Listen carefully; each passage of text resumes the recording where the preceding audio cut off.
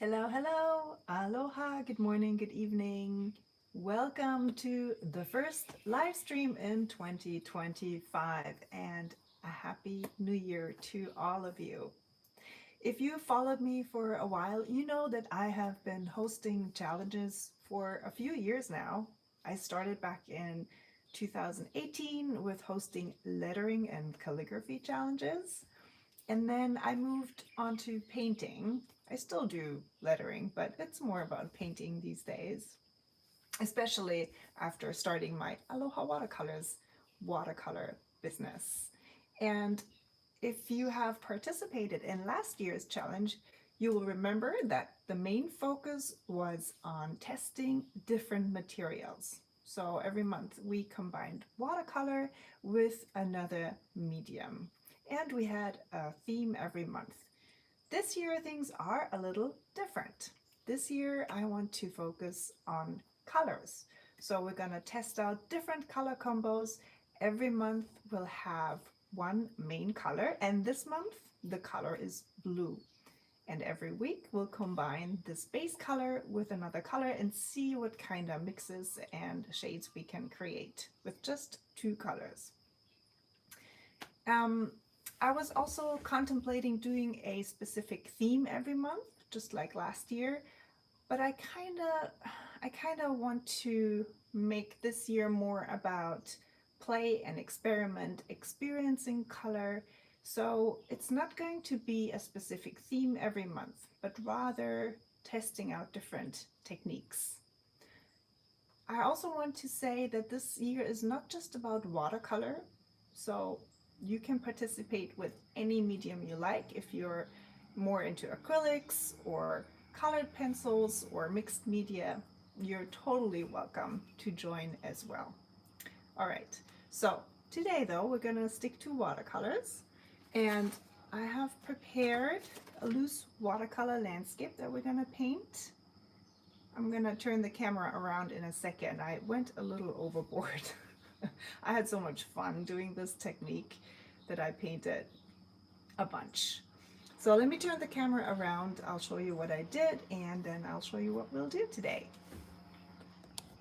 Okay, let me grab the phone. Hey, it's a new year. This will be a good opportunity for me to finally figure out a new way to stream. Something fancy with multiple cameras and the like. But for now, it's still just my phone set up like this. And please, as always, make sure that you let me know if I should zoom in, zoom out, how the audio is, all of these things, please. You can leave in a comment in the chat. All right, I set up my iPad so I can see the chat. Hello, everybody. Hi, Alina. Hi, Steph. Tracy's there, and Jill, and Debbie, and Liana, and Lisa. Servus, Lisa. Hi, Nina. And Susie und Dorit. Ah, so schön. Thank you all for joining. I am really looking forward to this year. I love colors, and I think just having a super, I don't even know if you can call this a palette, a super limited palette, two colors. It's just so interesting what you can do with just two colors. So, okay, let's start with this one. As you can see, I tried out just one mix using the ultramarine blue deep and the Naples orange. So in Aloha watercolors, this is Kalani and this is Alani. I know, that's funny, isn't it? And look at these beautiful, interesting mixes. So because these are both kind of granulating colors, you can see how beautifully this mix granulated as well. So as I said, this is just one option. This is kind of like 50-50 of both of these colors, but you can turn something like this more brown by mixing in more orange or even more indigo, you know, more dark. like I did here in this mix, for a deeper, darker indigo blue. Okay, so before I go into all the supplies and everything, let me just quickly point out the differences between papers. I find this so fascinating. It's all the same technique. It's the same colors. I even use the same brushes. And the paper quality and how the paper is, what the paper is made of, makes such a difference. So this is a Moleskine, I think, yeah, Moleskine watercolor album with 200 GSM paper. Hold on here. Here are the stats. And it's 25% cotton and the rest is wood pulp. And see how the granulation shows up on this paper. Much, much more than in this watercolor sketchbook, for example. This is a Speedball Handbook journal. No cotton, this is just wood pulp. And even though it says cold press surface, everything seems way smoother, so less granulation. It's interesting. I mean, such a big difference. Then this one here is a paper I'm gonna be using today as well. It's the Clairefontaine Bamboo. It was a little bit trickier because it's just a piece of paper. So it did buckle quite a bit. That's why I taped it down. I'm gonna show you that in a second. And then the last example I want to show you is the Canson XL paper. Again, no cotton, just wood pulp. And such a different outcome again.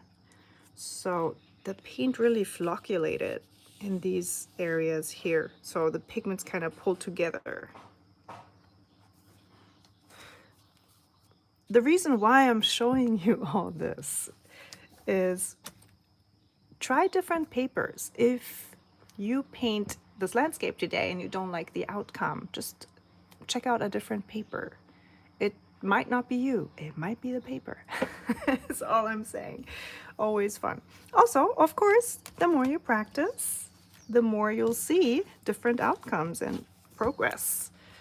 So if I get really into something like this technique, obviously, then I love exploring different papers, for example, or even different colors. So you could do this whole tutorial today in the colors that I'm using, Kalani ultramarine blue and Alani Naples orange, but try out different blues and oranges as well for different results. I have a mixing palette today as well, so we can mix the indigo. As I mentioned before, I'm using the bamboo paper, 250 GSM or 150 pounds. This is bamboo mixed with a tiny bit of cotton paper. And I taped my sheet of paper down so it's gonna stay in place a little better. Then I have a round 10 brush, a smaller round 4 brush, piece of regular white crayon. Make sure it's not water soluble, so you just want regular white crayon. Also, this is not really necessary today. I just decided to add a little, a little sun here in my sky, but the original painting is actually sunless. So that's totally optional. And a pencil, again, this is optional. I think you can just wing it too with the shape of the mountain, the silhouette, and everything. But if you feel more comfortable putting in a few lines before you start, then by all means, please do that. All right, checking out the chat. I'm so glad you guys love this idea. My goodness, I filled a whole notebook, you guys, with ideas for the challenge this year. I had everything. I had so many ideas. But in the end, I guess I just wanted to keep it simple in a way, just about colors and color combinations. Also quickly want to show you this gorgeous reference photo that I found on Unsplash. I have linked the photo, or the link, actually, I put the link down in the description. It's already there, so if you want to just open the description of this live video right now, you can go onto the Unsplash website and see and download the photo in case you want to use it as well. All right, I'm gonna put this, running out of space here. Let's see.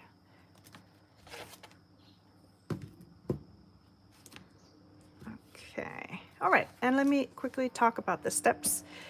Look, you guys, I'm so organized today. I even wrote down the steps. Because even though this looks super simple, this landscape, it's actually not that easy to remember the steps correctly, I found out. So that's why I wrote it down. First, we're gonna start drawing in pencil, just the, basic silhouette with a pencil. Just do this very, very lightly.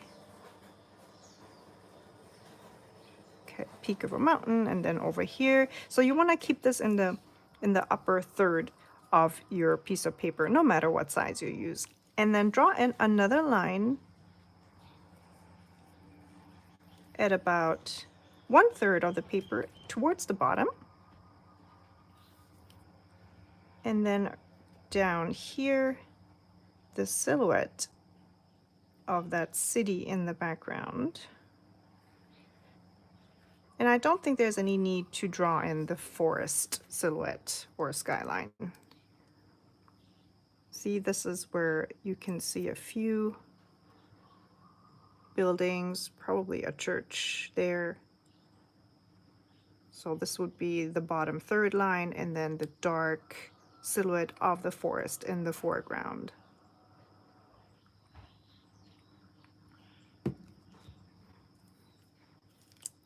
And now, optional, you can take your white crayon and add a sun. So I usually try to avoid centering things too much, so I would put the sun either here or here. How about here? If you've watched a few of my tutorials, you know why I'm doing this. So this is called wax resist technique. As soon as you go over this with watercolor, you'll see this white circle magically appear. It repels the watercolor and keeps the paper white in the spot. Okay, all right, next we're gonna mix our indigo using those two colors here.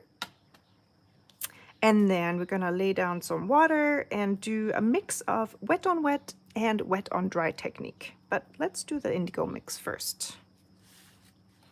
Okay, let's shift things around here.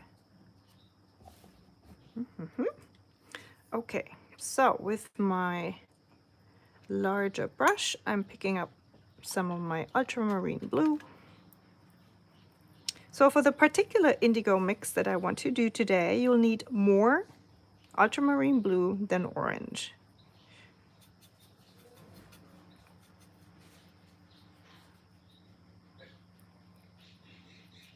And make quite a bit. We'll need quite a bit for that bottom part of our painting.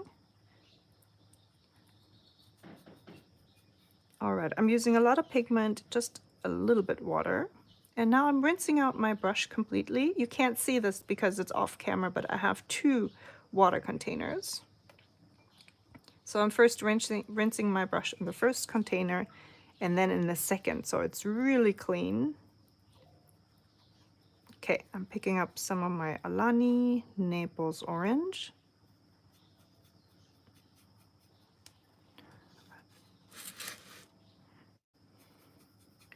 And now at first, it kind of looks green at first.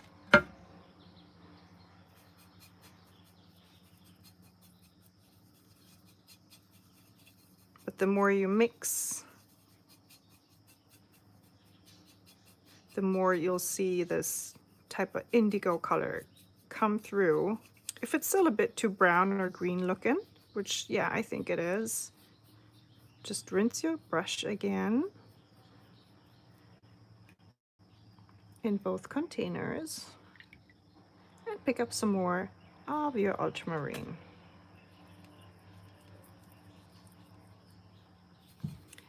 Honestly, this is also to your liking.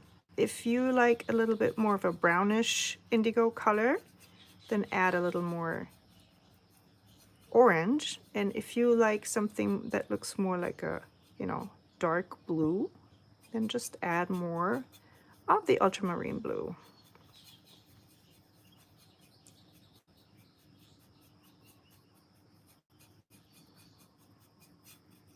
Okay, I'm looking over to the chat while I'm mixing. Hi, Agnieszka.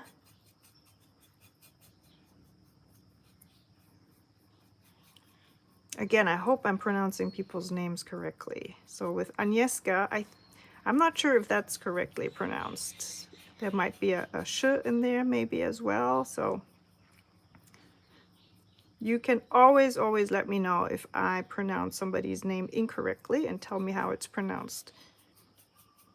I totally appreciate it. Also because, you know, my name gets mispronounced a lot.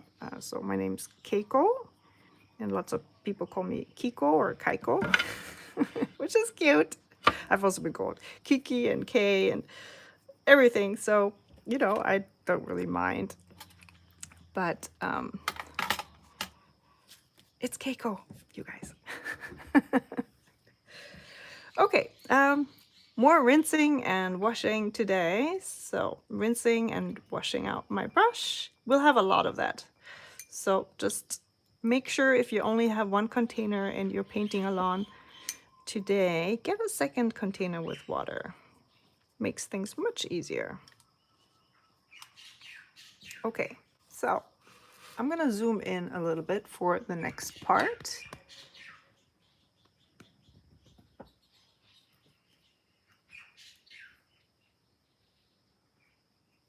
Okay, so I said before we're gonna do a mix of wet on dry and wet on wet. So wet on dry means we're gonna put wet paint on dry paper, so to speak, and this is how we're gonna start. So the first part of the painting will be wet on dry paper, just the top part of this mountain range here. And from then on, everything will be wet on wet, which means we're gonna wet the whole paper and then drop in the blue paint like this. So let's take some of our ultramarine blue.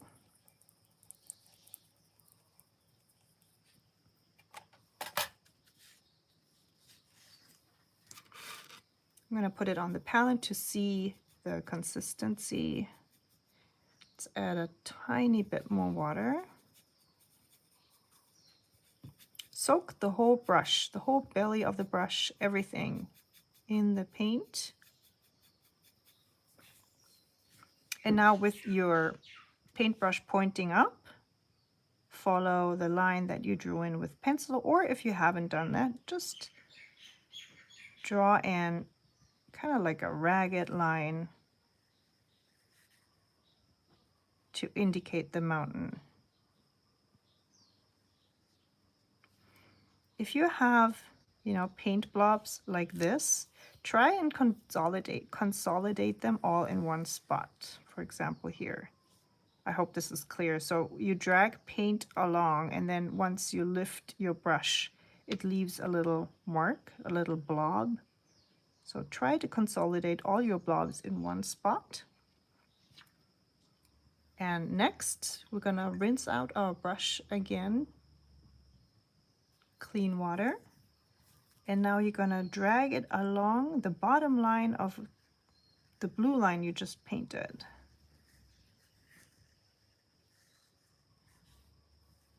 If you're using 100% cotton paper today, this is gonna look a bit different. You know, the paint will spread a lot faster.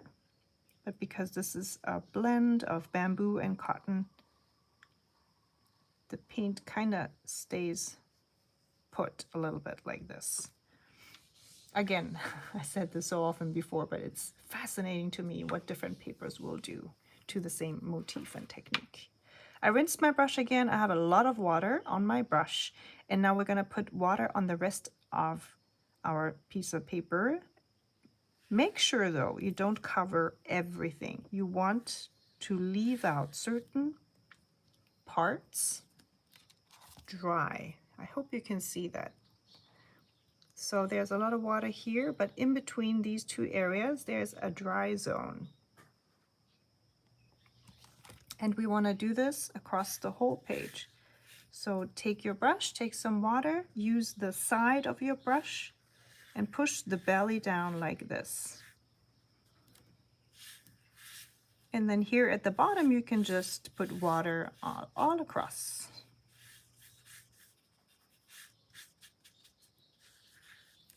Okay, again I'm gonna try and show you. It's all wet, and then there are a few areas here that are still dry. The reason I'm doing it this way is that I want to create certain parts that have a sharp edge and a sharp line. And for this to happen, the paper needs to be dry. And in other parts, I want everything to blend like this. And for this, the paper needs to be wet. I'm picking up some of my ultramarine blue again. Pretty thick consistency, so lots of pigment, less water. And drawing in my second line here. And now I want to hit that spot on the paper that is still wet. You see that here? We have a sharp line here, but everything else is already feathering out. Make sure when you put another peak here that it's not right underneath the first one. We're, I think, tempted to do everything in a very symmetrical fashion, but you kind of want to create another line of mountains that is not exactly the same as the first one.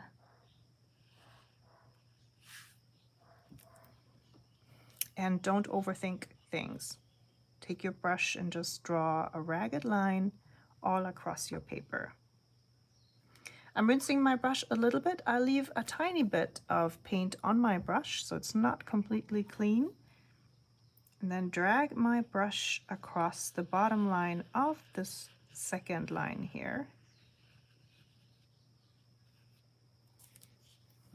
You can also tilt your paper a little bit. So I'm picking it up here at the top at a slight angle. And let's see what happens if we drop in some more paint all across this line. So you can see the paint running down, feathering out a little bit. If it's too much, then just set your paper down again. If you have paper that's very runny or paint that's very runny and everything is getting out of control, you can also dry your brush. Once it's clean, you dry your brush, and then you can pick up some of these runs and force them back a little bit. If you do this, you have to rinse, clean, and dry your brush quite often, so it's not picking up too much paint at one time. And, you know, like push the pigments around. But I would really encourage you to just kind of let the watercolor do its thing today. And rather than trying to fix your painting today, finish it and try another one.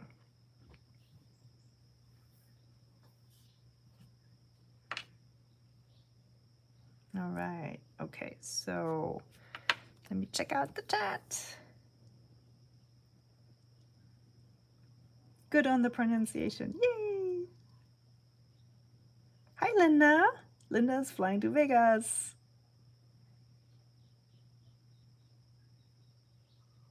Ooh, just for fun trip. Enjoy.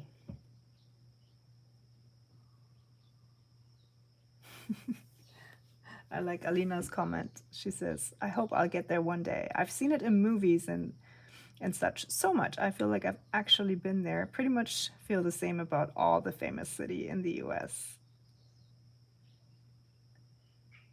I think that's how I felt about Seattle after watching Sleepless in Seattle. And you guys, when I got there, I was really, really loving that city. It's so quirky. There's so much artwork everywhere. All like sculptures in the city and fun stuff. And you know, it's interesting because it didn't feel at all like it felt in the movie, which was not a disappointment for me. I was rather just amused by how the movie portrayed the city in one way, and then I got there and I just found so many other things that I liked about that city.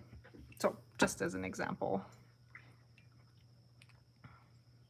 And yeah, for me personally, so I've been in Las Vegas one time and it's not, I guess, I don't know. I guess I prefer painting at home. Not the spectacle so much. However, I do love the Cirque du Soleil, and I would love to see that. And I know they have shows there in Las Vegas, the circus. So that's something I would love to see, especially the water show. So if you've never heard of that particular circus, it is outstanding. They have always fantastic live music too to accompany the program. And of course, you know, the artists are just insanely good. There are a lot of heart-stopping moments in these shows. I know that Tracy, who's in the chat today as well, Arctic Thurn, she told me she can't watch it because she's always afraid that the artists are gonna fall, you know. So I get it. Some of these scenes are really scary when they fly around the air and do all these tricks. It's insane. Okay. So interesting how we got from painting loose watercolor landscapes to a circus. Okay, back to the painting. I watered the page again because it already dried. And now I'm gonna go and add a bit more of my blue. So for the next part of blue, we're gonna go down to, if you have put in that pencil line, so we're gonna go right over the pencil line here and not paint the line all the way through. We're gonna go back in from the right hand side like this, add a little more blue, also directly from the pan if there's not enough on your palette anymore.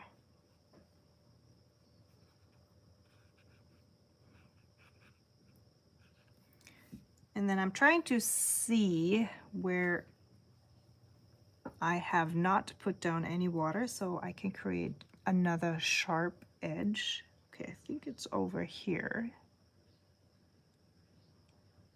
And notice how I'm still holding my brush like this. I find that I can paint mountain ranges better rather than holding it like this. So guiding the brush like this, for me personally, is easier this way, holding it this way.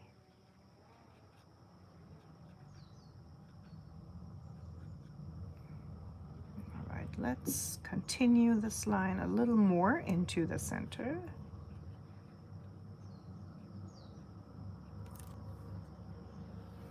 I'm rinsing my brush, I'm drying it out, and then trying to soften the edges here. So I'm trying to blend the pigments with the water around it.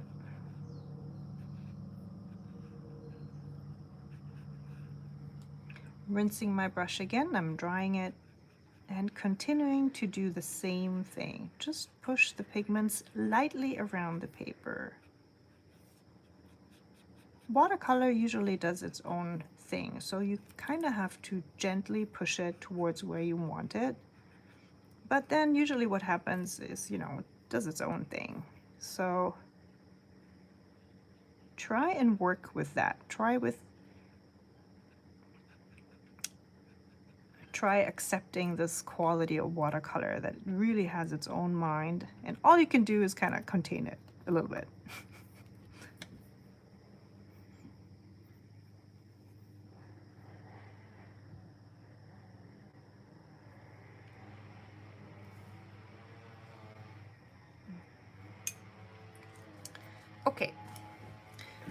just grab a sip of tea. It's cold. Oh. I mean, still good, still excellent tea, but cold tea. I love cold tea when I want it to be cold, when it's really cold, when I put some ice in, but when I started with hot tea and it gets cold, it's kind of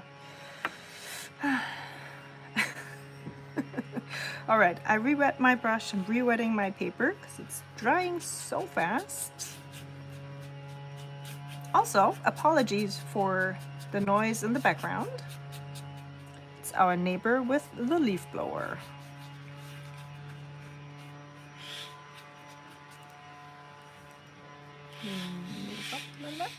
Okay. Picking up some of my ultramarine blue, putting it on the palette. Let me just zoom out a tiny bit so we can see it all. Okay, let's do the bottom line here. This is where we'll put in the city line and the forest silhouette later on. And you can fill the whole bottom of the paper with your ultramarine blue color. Don't make it too intense.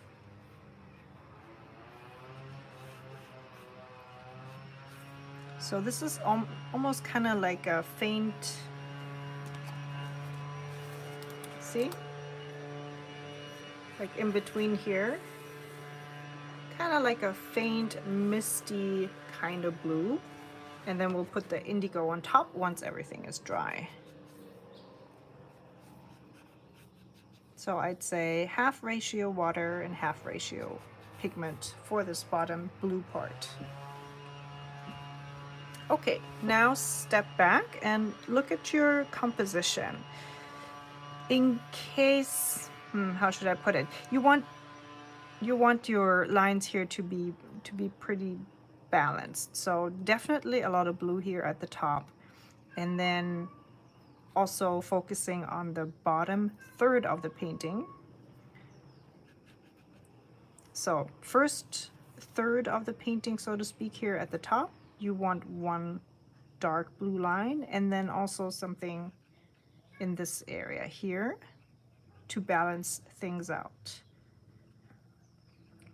This idea comes from the rule of thirds, which is just an idea that you break down your paper into thirds. So 1, 2, 3, 1, 2, 3, and 1, 2, 3. And on those lines is always a good idea to put something of interest, and especially on the points where those lines meet. So another line down here. So you'd have 1, 2, 3, 4, 5, 6 points as well. I hope this makes sense. And in those points is always a good idea to have something of interest in any painting that you do.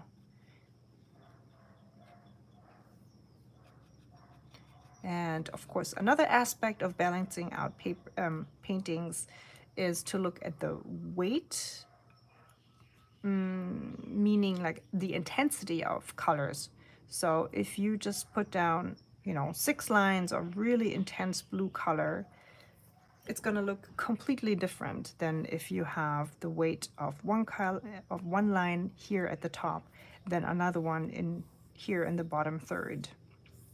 It's kind of difficult to explain. I'm trying my best, but I hope you get my point that if there are too many weights, if there are too many lines, your eye doesn't know eventually where to go to. It's all of the same interest. So if you want a focal point in your painting, a point of interest, then it's usually a good idea to have different weights and different intensities of color in your painting. Plus, also different shapes. So for example, the fact that I put a sun here, a circle shape where everything else is lines, naturally draws our eye to this point.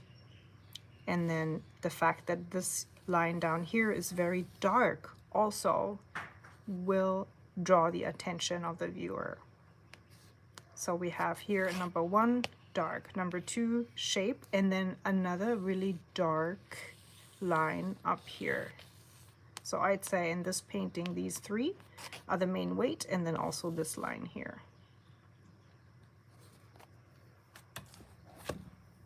Let's see. Okay, yeah, same over here.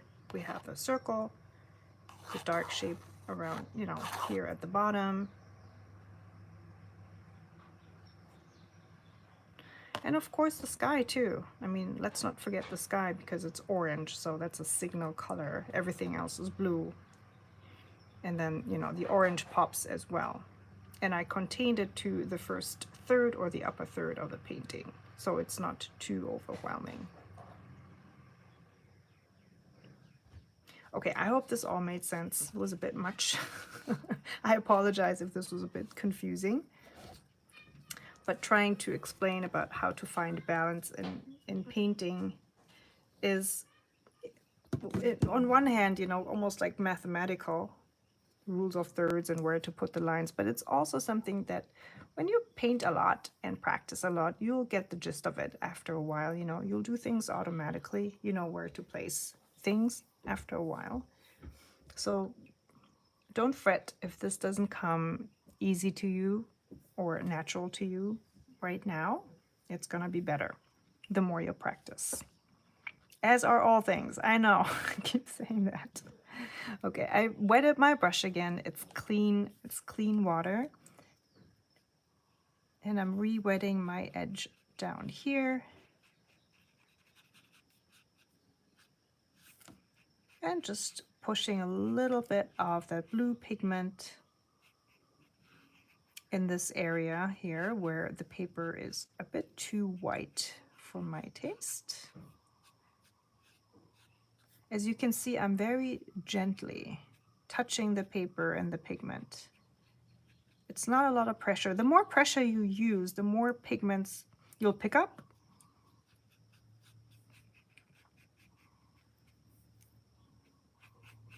And I also make sure that I go across the whole section here and blend it with the bottom blue line.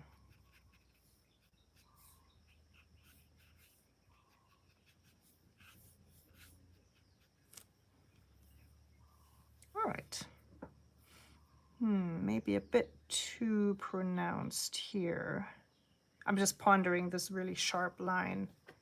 Not quite liking this too much. So I think I'm gonna soften it up a little bit.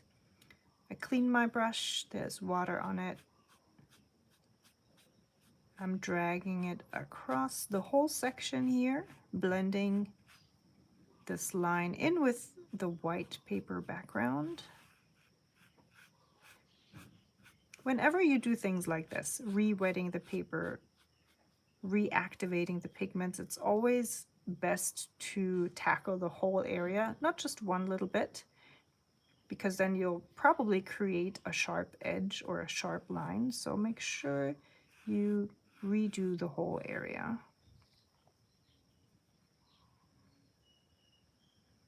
I'm picking up a little bit of my blue and then dropping it here.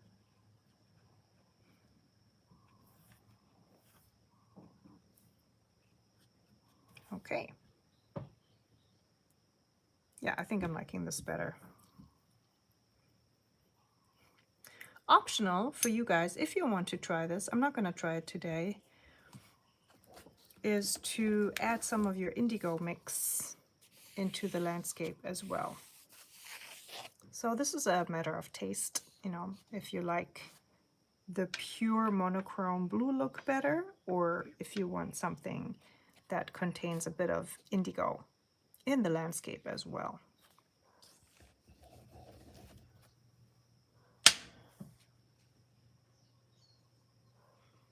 All right, looking over to the chat.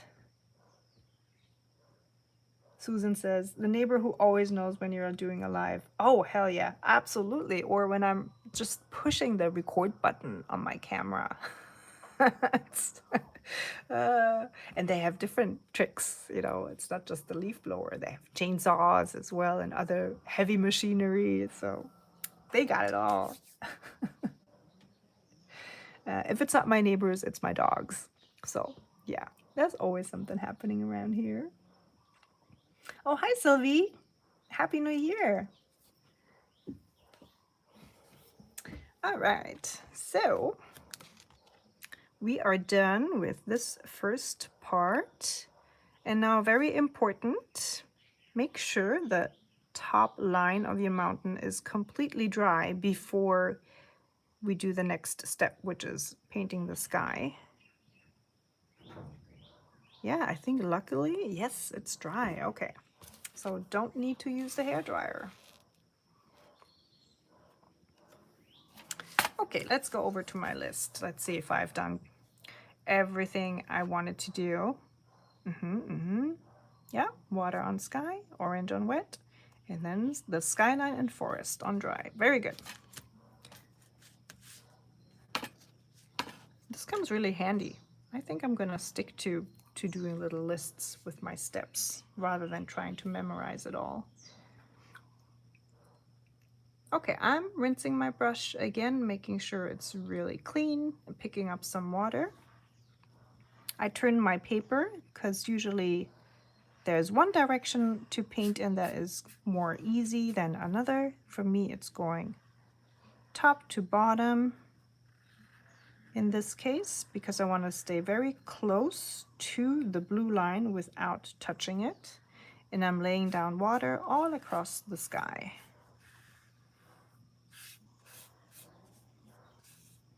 Remember, we put down a little circle with wax crayon. And you should see the water being repelled by that little wax circle. In my case, it's over here. Once the paper is nice and wet, rinse your brush again. Pick up some of the Naples orange or any orange color that you have. In my case, this is a very opaque color, so I want to make sure it's not too opaque at this point. So I'm putting it down on my palette. Zooming out a little bit again. See how opaque that is? It's so strong. So I'm watering it down. Just picked up some more water with my brush.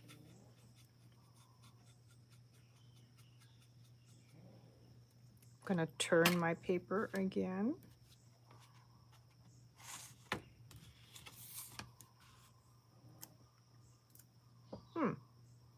2025. Where's that coming from? Oops, that was funny. And now going in from the left and from the right, just putting a few strokes of orange down. Make sure you cover the wax circle, the crayon circle you painted. And immediately before everything dries, rinse your brush, pick up some more water, and blend going left to right. So this is without paint on your brush, just water. I'm rinsing my brush again, just water. Drag your paint left and right. If this is too tricky for you in order to avoid hitting the blue, then you can also try and stay in this upright position and trying it this way. You know, whatever is easiest for you.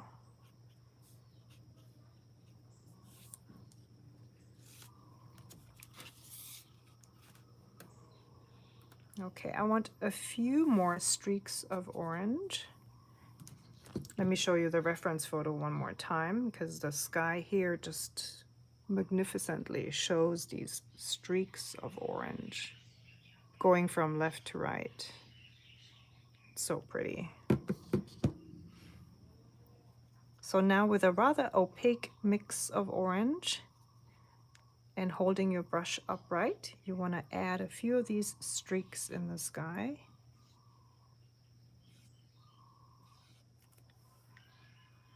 If things get out of hand, as I do here, for example, rinse your brush completely, dry it, and then gently pick up some of that rogue pigment. Very gently, just slightly dabbing the brush.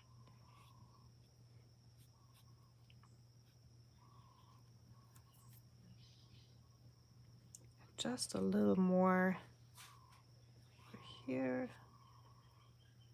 Still holding my brush upright. Let's see.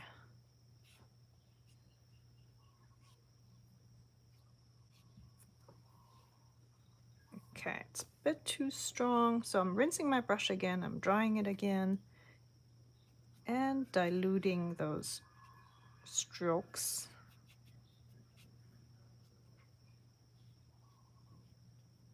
Blending them in and softening them into the background.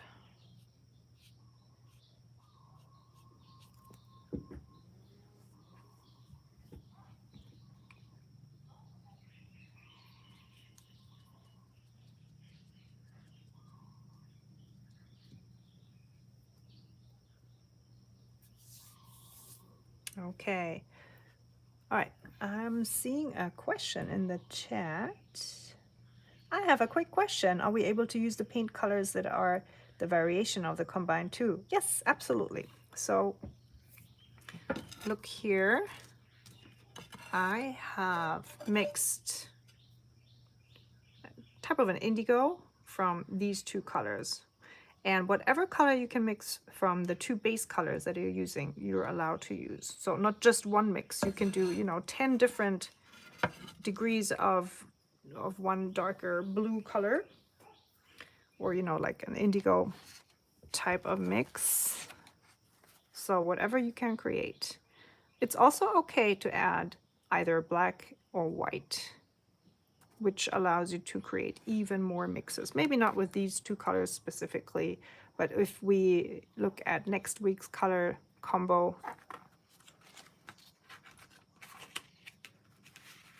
the flower week where you have pink and blue, you can do all sorts of purple. And then if you add black, you can do indigo again. If you add white, you can go to the faintest little peach colors. So it's going to be very broad what you can do with just two colors, because we do allow the use of all mixes and also black and white.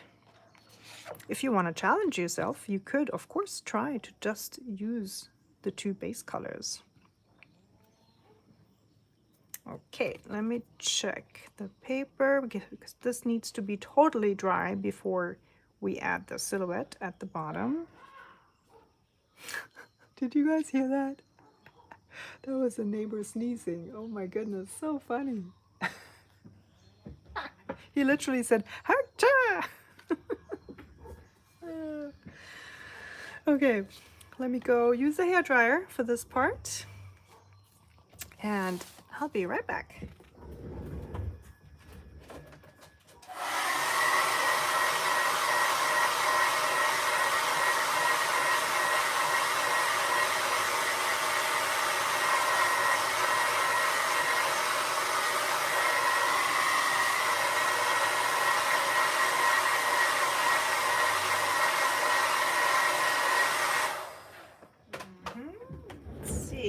Looking good.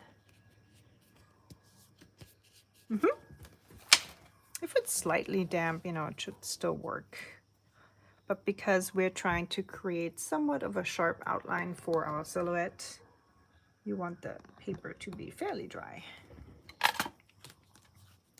Okay, I'm switching to my size 4 round brush with a very sharp pointy tip. This is a Schimoni Art brush. It's made in Germany, but it's being sold in Switzerland. Okay, for those of you who are new to the streams or maybe tuned in later, I'm going to link all the materials down below in the description box. And I've also put in a link to the reference photo down there. It's already there, so you can check it out right now if you want to see the reference photo. Okay, I mixed this indigo in the first part of the session today, so just mix your two base colors to achieve this dark indigo color, and then with a lot of pigment and little water, we're gonna start here at the top line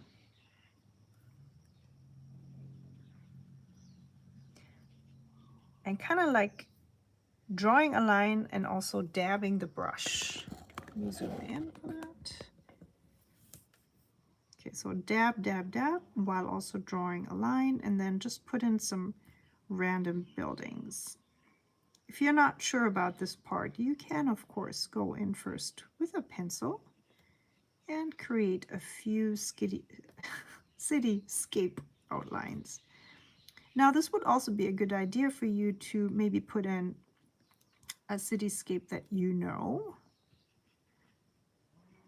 or maybe even do something like mixing cityscapes. I mean, why we could, like, you know, put a little Ferris wheel in here, why not? Or how about, I don't know, a Godzilla statue, or I'm just saying you could totally do something fun here.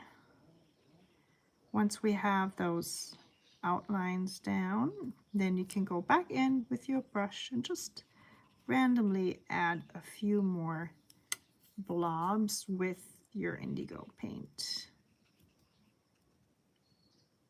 And kind of like let this here fade out.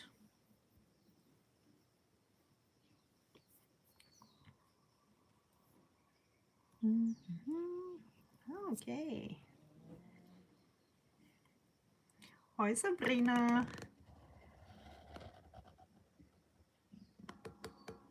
Okay, I'm zooming out again for the last part, which is the forest at the bottom.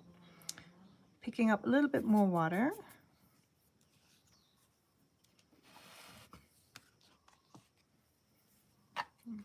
Just rearrange things a little bit. It's always tricky to stay in the frame while also moving the camera, zooming in, zooming out. Okay, I'm going back to holding my brush like this. And let's start with just a ragged line. This might actually be easier with the larger brush because it holds more paint, it holds more water, and I just want to cover the bottom part of my painting here real quick. So you put down just something like this first before we go back in and do the finer details of the trees. I'm running out of indigo. I knew it. I thought I made so much, but I'm running out.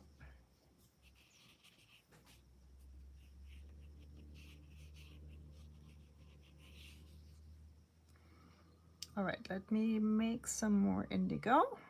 So for all of you who've come into the stream a bit later, this is a good opportunity to see how you can mix a lovely indigo with just these two colors, ultramarine blue. Rinse your brush. I'm using 2 water containers today. And a little bit of orange. You want to use more yellow. Sorry, why did I say yellow? More blue and less orange for a really lovely dark indigo mix. As you can see, it's way too orangey, so I'm rinsing my brush again and I'm picking up more ultramarine blue.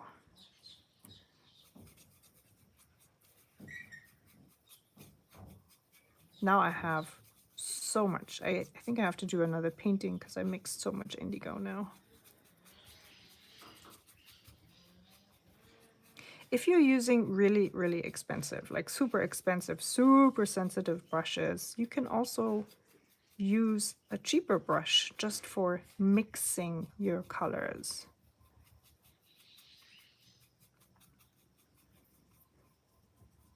So this might sound a bit ridiculous, but actually digging your brush into these small half pans like this, and depending on what kind of palette or mixing device plate you use, can put a little bit of a strain on really expensive brushes, you know, the ones with real hair, like animal hair. So I personally only use synthetic brushes, just a personal preference. I like that they're very elastic, not so soft. I just can't paint with soft brushes, can't do it. So I'm using brushes that are more durable anyways, so I'm usually not too concerned about ruining the bristles, but you know, just as a heads up. Okay, let's do this again. Just draw in,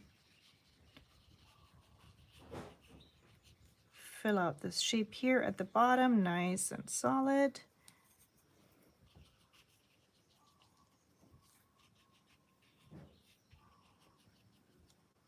Okay, I'm going to put this brush here to the side. I'm returning to my size 4 round brush, picking up some more indigo, holding the brush like this, and creating some tree tops. Make sure the distance between the trees is not always the same. So put them closer to each other, further apart. Drag the tip out, you know, more, less, taller trees, smaller trees, and keep the movement of the brush real, almost like jerky. Left, right, up, down. You want to be very loose with this part. Yeah, I'm almost like dotting down.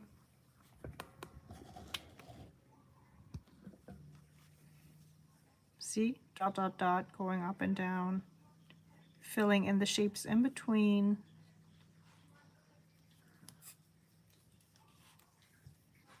You can even do something like really tall trees that actually cover the city line as well.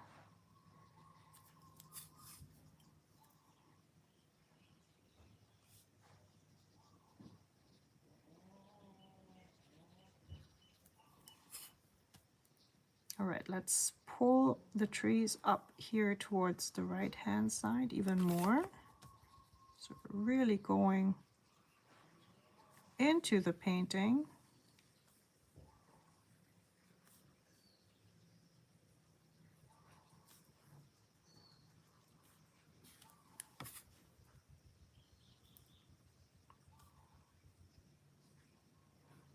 Okay, dot, dot, dot, going left and right.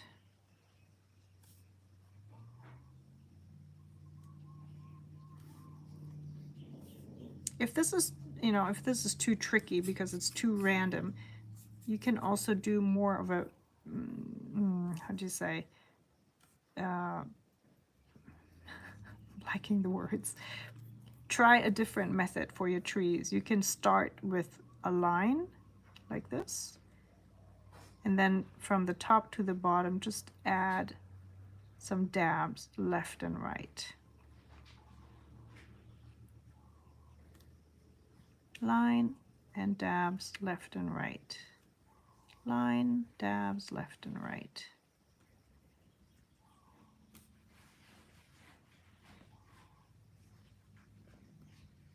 You know, if my method of just kind of randomly putting these shapes down is too difficult, then you can do a more guided approach.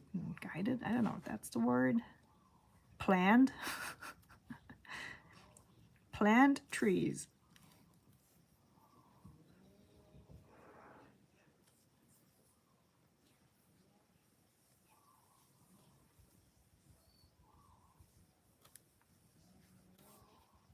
Okay, I think I missed quite a bit in the chat again. Something about sharks.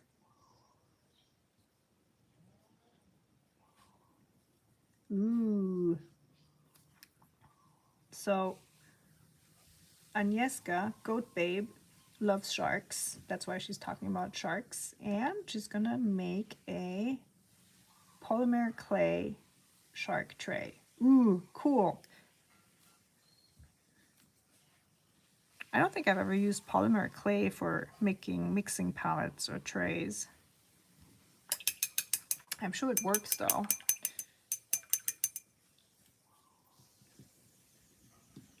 I mean, honestly, the only mixing trays I don't like are the ones from metal because the paint just doesn't stay put. It kind of like beads together. It's like almost impossible, I think, to mix paint on metal. That's why I prefer using ceramic plates. Alrighty. Okay, let me see. It's always interesting for me to see how things turn out in the live stream. Very, very different than, you know, when I'm just by myself painting along. So this is probably not my favorite landscape that I've painted, but you know, you guys, these live streams are really about getting together, hopefully learning a new technique or, you know, something new, and then it's on you to go and test it out and try it out. You don't have to do it like 10 times like I did, but you know, you can do a double page spread like here. Paint a whole mountain range. You can really practice putting in the silhouette at the bottom and do, you know, wet on wet technique and wet on dry in combination. You could also do a sketchbook spread like this. Start with doing swatches on one side, put the landscape in the center, and then, you know, try out something else with those two colors. This was just layering the blue. So you do the circle first, let it dry, and then add the next circle, and so on and so forth. Or, you know, if you're not a sketchbook person, you prefer to paint on single sheets of paper, just try out the landscape like this. All right, you guys, I hope you enjoyed this stream. I would love, love, love for you to please leave me a thumbs up for this video if you enjoyed it, and maybe even a comment. If you didn't know yet, there's also a thing called the notification bell that you can, like, you have to hit that extra. You're already subscribed, I know, but you're gonna kind of hit that bell, so whatever, you know, whenever I post a new video or stream or put something in the community tab, you'll be notified and you'll see that. As I mentioned before, next week will all be about creating flower patterns using two colors, pink and blue, and whatever you can mix from these colors. There won't be a live stream, but I'm doing a video tutorial here on YouTube, and I think it's gonna be live on Wednesday, I believe. But if you hit that bell, you'll be notified. All right. I wish you all a really, really, really great start into the new year. I hope you find lots of joy and lots of good hours of creating. I'll see you again soon. Until then, happy creating and aloha. Bye. The dogs. Yep. It's always something.